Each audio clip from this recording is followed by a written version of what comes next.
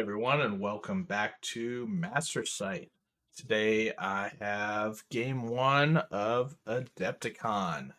So we challenged Corey Reynolds and his Nightstalkers, and we're gonna see if the Nightstalkers are as good as everybody says they are. So let's go ahead, dive right into his list, and we'll get into the game here.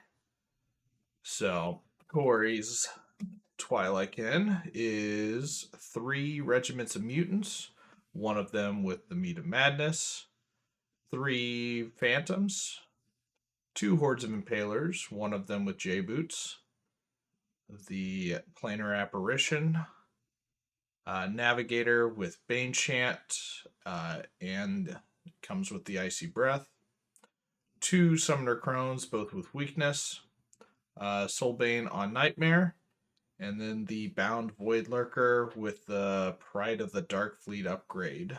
I believe that gives him.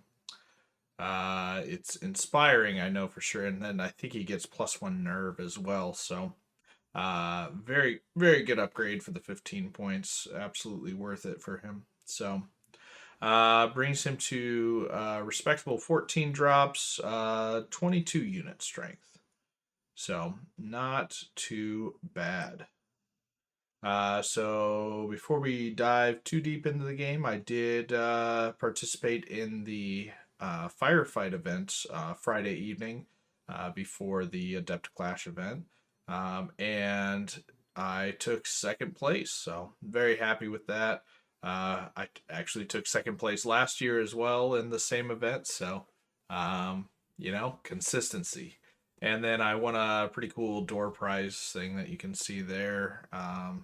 Cool models and all. I probably won't use them, but it'll be probably used for a prize support at a Bug Eater event or something in the future. So, yeah, so let's jump into the Kings game.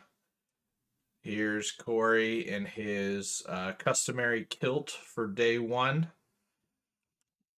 And our scenario that we're playing in the first game is Stockpile.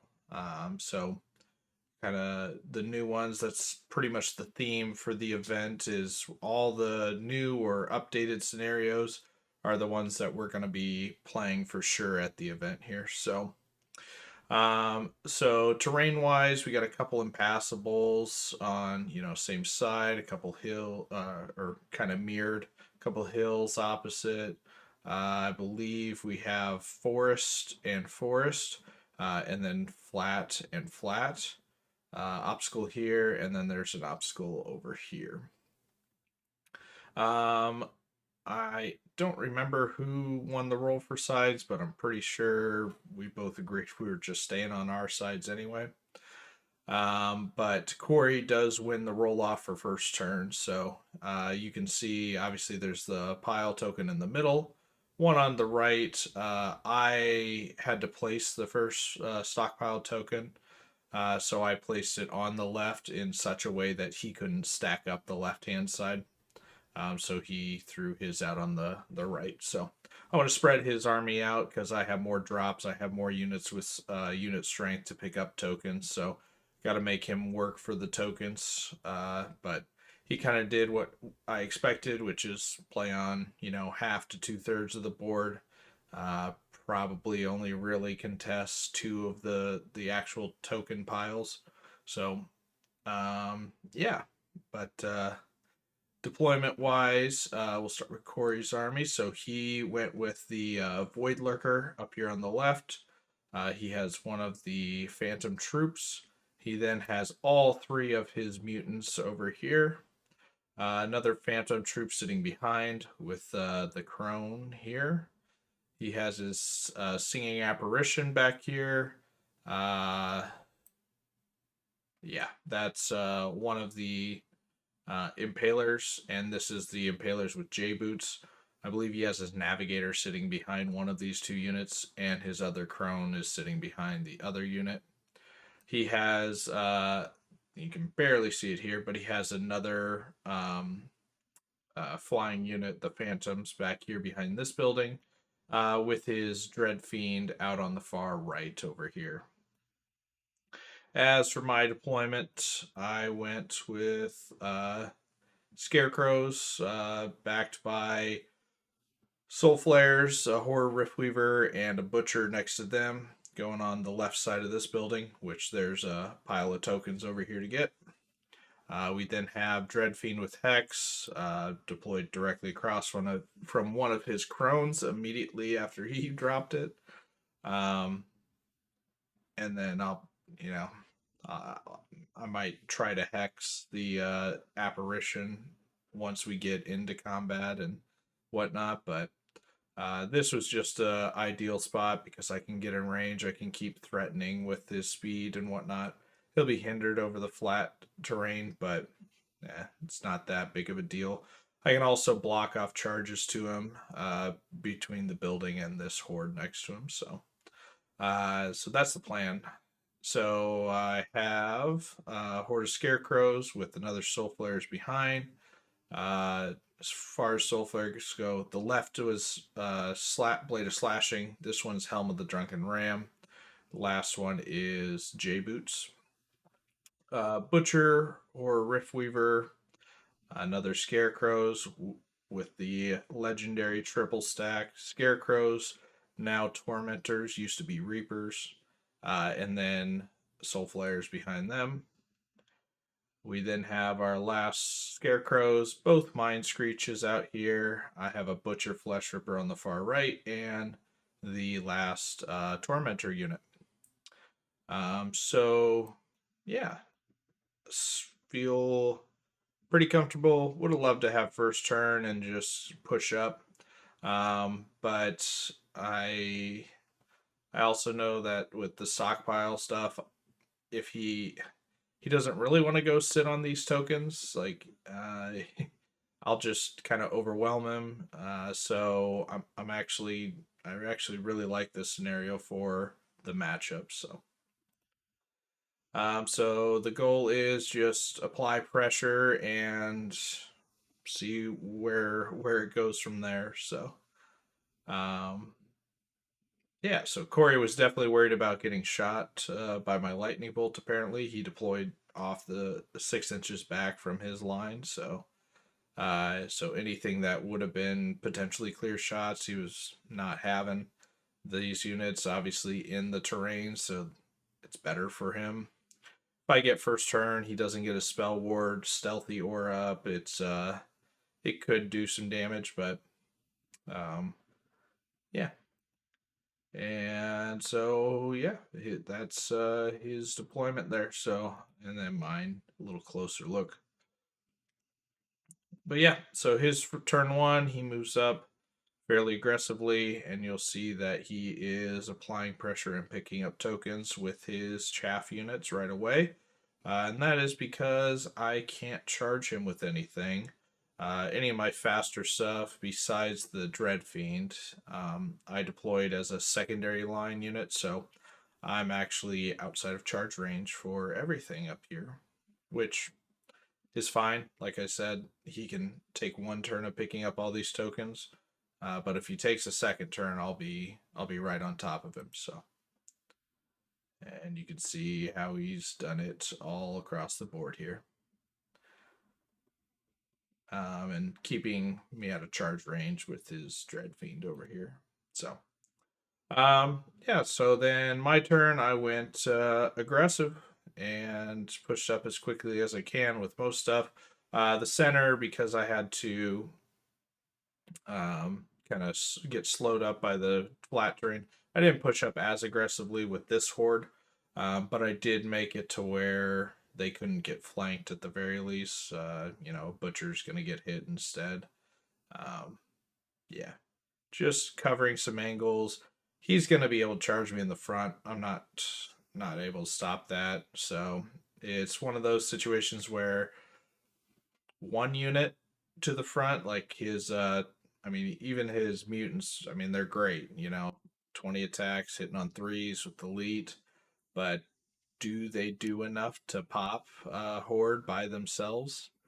Because it's likely, I mean, if he charges this one here or this one, he can get the vicious aura probably in there, which is more likely to pop me in one go. But out here on the left, uh, yeah, he's gonna have to commit to a double charge for that to go his way. So, um, yeah, and then we move aggressively out on the right. We were able to move up in such a way that the Dreadfiend couldn't see us. Our butcher's sitting on a hill, looking down across the line. So I'm liking the positioning right now. Um, we're giving him a bunch of charges, and I mean, I haven't played this army in a year, but I remember that's just kind of how this army worked, and just make sure I have counter charges set up. So that's what we tried to do. So Corey's turn. Oh, I lightning bolted, and my lightning bolt did take off the uh, what's it called? The phantoms that were here. I think I got pretty lucky with this one. I think I did 5 wounds, which was average, but I did get a 7 twice, so that's it's really lucky for me. So he dropped the token further back, so I'm just glad I don't have to deal with the chaff piece. So this is how it looks going into Corey's turn 2. And this is where Corey has a decision to make. He has these mutants in range of pretty much everything, a lot of things, and his what's it called? His dragon, the Void Lurker. I did prevent it from being able to jump straight over. He could pivot and jump this way, but he's looking at the back of the board, so I don't think he wants that. But the Void Lurker is not in a flank of anybody. He is just out of this butcher, in fact. And he can't see certain things where I blocked off others. So yeah, it's all frontal charges at this point. But Corey can definitely commit if he wants to this turn. But instead, he decides it's better to back up and allow me to kind of push forward still a little bit. So he just turns and runs with these phantoms. They are outside of charge range of the scarecrows, I believe. But I do have a butcher here that is in charge range. And then he dropped the token in the middle and moved up with his impalers to pick it up. And he went with the other impalers and picked up the other token that was dropped over here. And he's staying just out of charge range of anything into the flanks over there. And just backed up outside of my arc, so just delay tactics. He did fly his soul flares here over the lines to, force me to deal with them at least in some way over the next 2 turns. So, um, yeah, with the way he had to fly, this is as far as he could get, keeping an inch away. So he was looking at it, and I am in range of repositioning the Mind Screeches over to shoot some lightning bolts. So, um, yeah, we'll definitely have to deal with those guys in some way. So this is how the board looks after turn 2. His weakness is doing very little bits of damage. I think he's only had like 1 or 2 wounds up to this point between both turns. I did hex his weakness caster over on the left here this last turn. So I do think he chose to cast, and he might have did a little bit of damage to himself.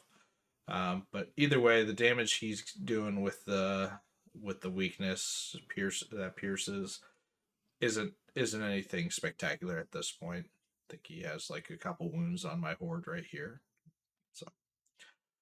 So this is when stuff goes down. So Corey had to move up this far in order to barely just touch this token, and he was looking. He saw I have the butcher in range and I have these guys in range.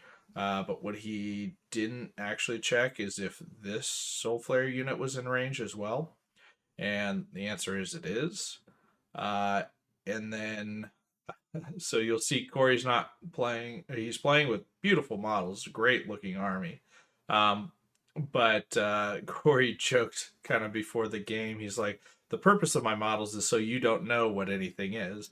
So he actually then goes and forgets which model is which in his own army. And he thought his navigator, who's sitting behind this unit, was one of his crones that inspires, but it isn't. And his crones that inspire are out of 6 inches because they're over here and over here. So this Impaler Horde is uninspired, and I have a triple charge on it. So what do?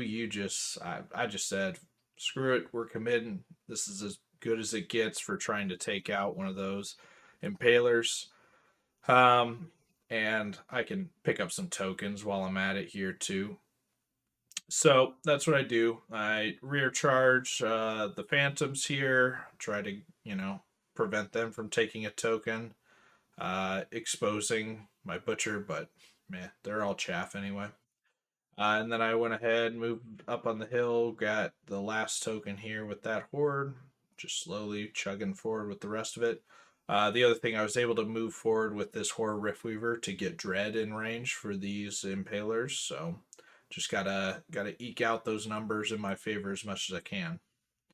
And then I just move forward over here, reposition the Mind Screech. They're shooting over here at this unit, and position in such a way that his guy cannot flank either of those two.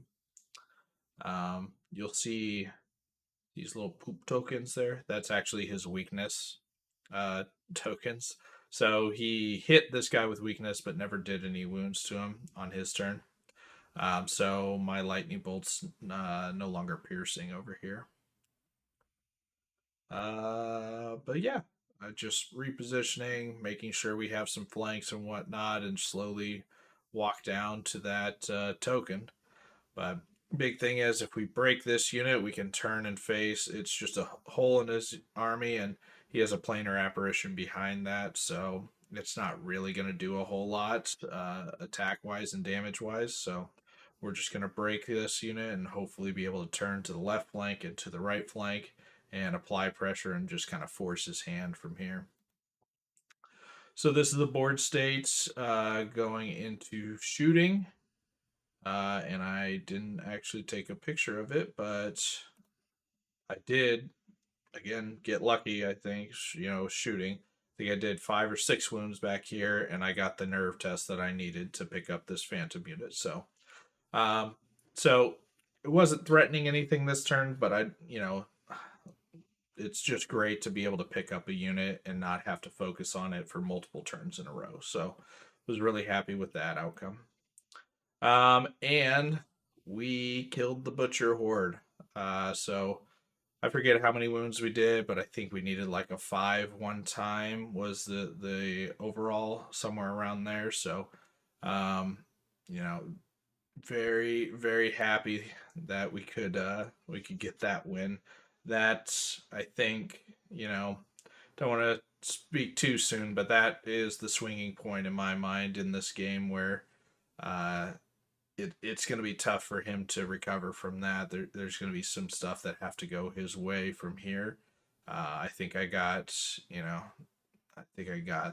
control of the game at this point with that one. So very happy to have that. And, you know, Corey obviously intended for them to be inspired, but made a mistake there. So, and we killed the troop of phantoms.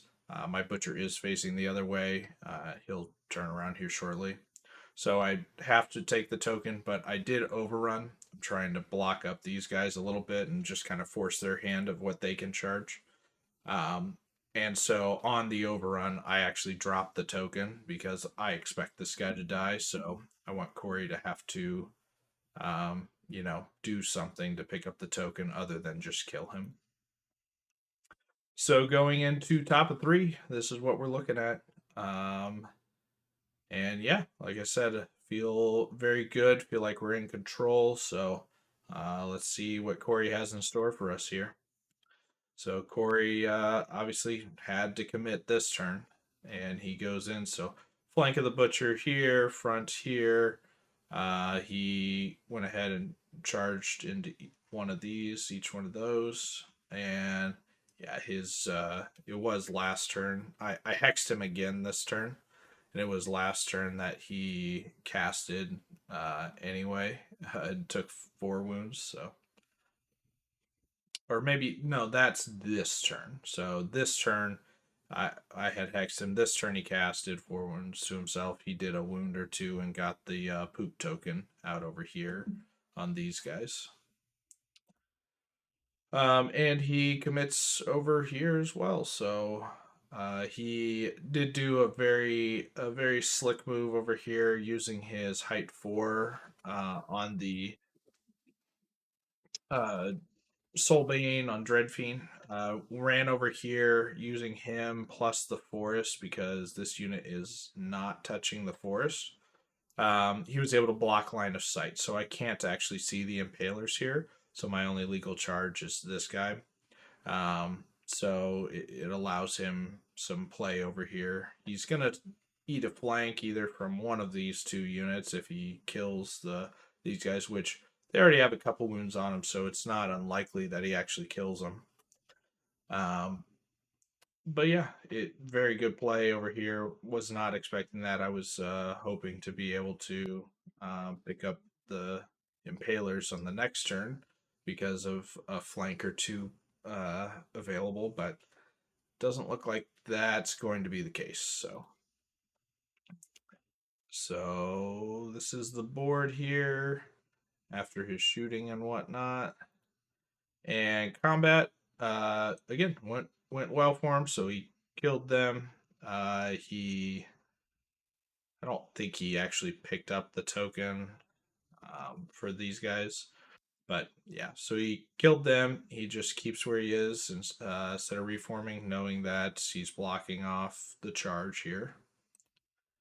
And then he kills the other soul flares with these mutants and kills the horror riftweaver and turns to face this way.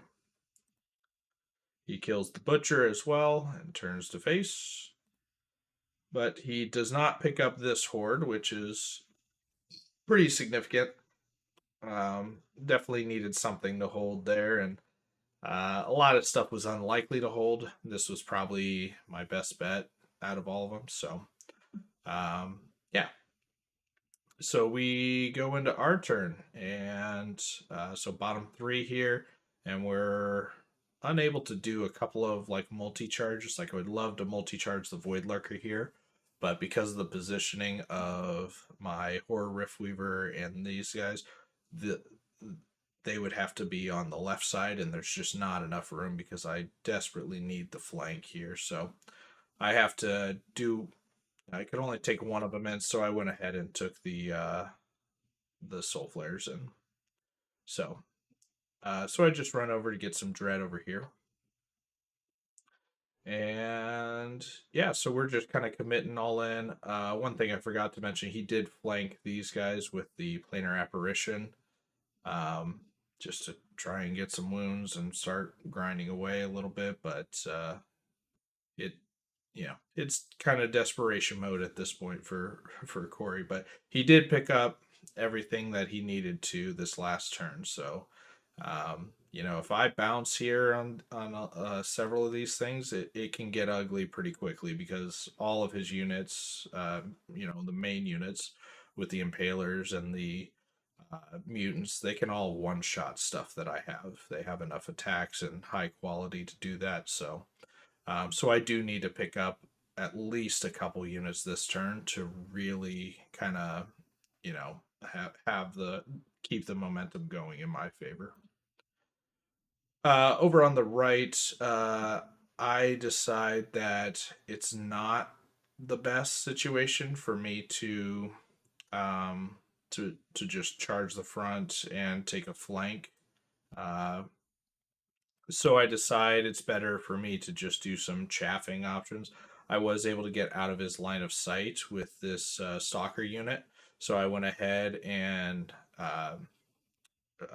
nimble pivoted, moved over, nimble back, and then I moved the butcher in such a way that I can either charge the rear of this guy or, hopefully have a rear of this guy. I'm going to force him to give up a rear this next turn instead of a flank and a front. So that is my goal. And I've blocked off his ability to charge this one, which I forgot to mention. Ronnie the Bard's that little individual here. That's my Ronnie the Bard. And I believe his Ronnie was in the Impaler, or no, it's on the Planar Apparition, I think. So that is an objective. We want to kill his unit with the Ronnie, and we want to keep ours alive. So this is the board state. Pretty much everything's engaged. We're shooting some lightning bolts into these guys here just to soften them up. His planer's already engaged in combat a decent ways away, so he's not going to get any heals off. So let's start chipping away at them as much as we can. We do get a break in the middle with the horde that was hindered, and the tormentors. Mutants are, not defensive. They're very offensive, not very defensive. We had the dread in range. It was good. It wasn't a guarantee by any means, but it was what we needed. So what we didn't need though is doing 11, 12, a high number of wounds over here, and then rolling snake eyes. So he's not even wavered with this unit over here. It's not the end of the world, but would have loved to at least had a waiver, preferably a kill. But yeah, we just keep him sitting down. We had a flesh ripper into this unit just to hold it up. So yeah, we're limiting Corey's options of what he can do here. So his turn 4, everything's stuck in, everything's committed. So yeah, he charges here. He moves his individuals a little bit. This guy isn't Hex anymore, so he moves up. He's trying to take out these tormentors. He realized, hey, those tormentors are pretty good, and they have a low nerve. He wasn't able to actually target them before because I was keeping them safe behind the lines, but he's focusing on them here. And in his shooting, he actually does get a waiver on this one right here, which can definitely makes a difference here because now he knows that this flank is protected for a turn at least. So if he kills here, he just turns around and looks at the butcher. Not now. I'm not. It's not looking great to pick up this horde here for me. So, and we're just stuck in this combat here. I expected nothing less. So yeah. On to his turn. He does 10 wounds, but he doesn't get the kill. He only wavers, which is huge. Because, like I said, he could have turned, and this butcher in the front's going to do nothing. But now, a butcher in the rear, when he already has 3 wounds on him, ooh, they're only defense 4, so we're hitting on 3s, wounding on 2s with 15 attacks. I like that. Even if we don't kill him, that's an easy lightning bolt or mind fog later in the game to pick him up. So, and he did waiver this unit, so that's yeah, that's unfortunate because this one's wavered as well. Would have loved to hit him with one of those two. And he wavers the other soul flares over here. It's all right. He could have killed him. So, and he does kill the horde over here. He picks up the token, but then drops it for his reform, so it's going to be sitting on the hill here. But yeah, even with those waivers, we still have enough punch and firepower. I think we can pick up a couple more units this turn, and that's all we're looking for is even trades at this point is a win for us. So yeah, this is how it looks. Bottom 4, and everything you expected is what happens. We go back in. We're waivers, so we do withdraw. I believe over here we're trying to take out this chrome flank and front here. The tormentors can see over, they fly over and hit the flank of the planar apparition. This scarecrow horde in the middle has already picked up 2 of the stockpile tokens. And then over on the right, we were just charging the rear and just repositioned is all. So yeah, Combat wise, we do pick up the planer, which is awesome. So this horde only has 6 wounds on them, so they're not getting shot off the board anytime soon. Um, and those 2 tokens are, and Butcher has one here. We're sitting pretty good with tokens right now. So, and the Butcher in the rear did the job, so we go ahead and pick up those tokens.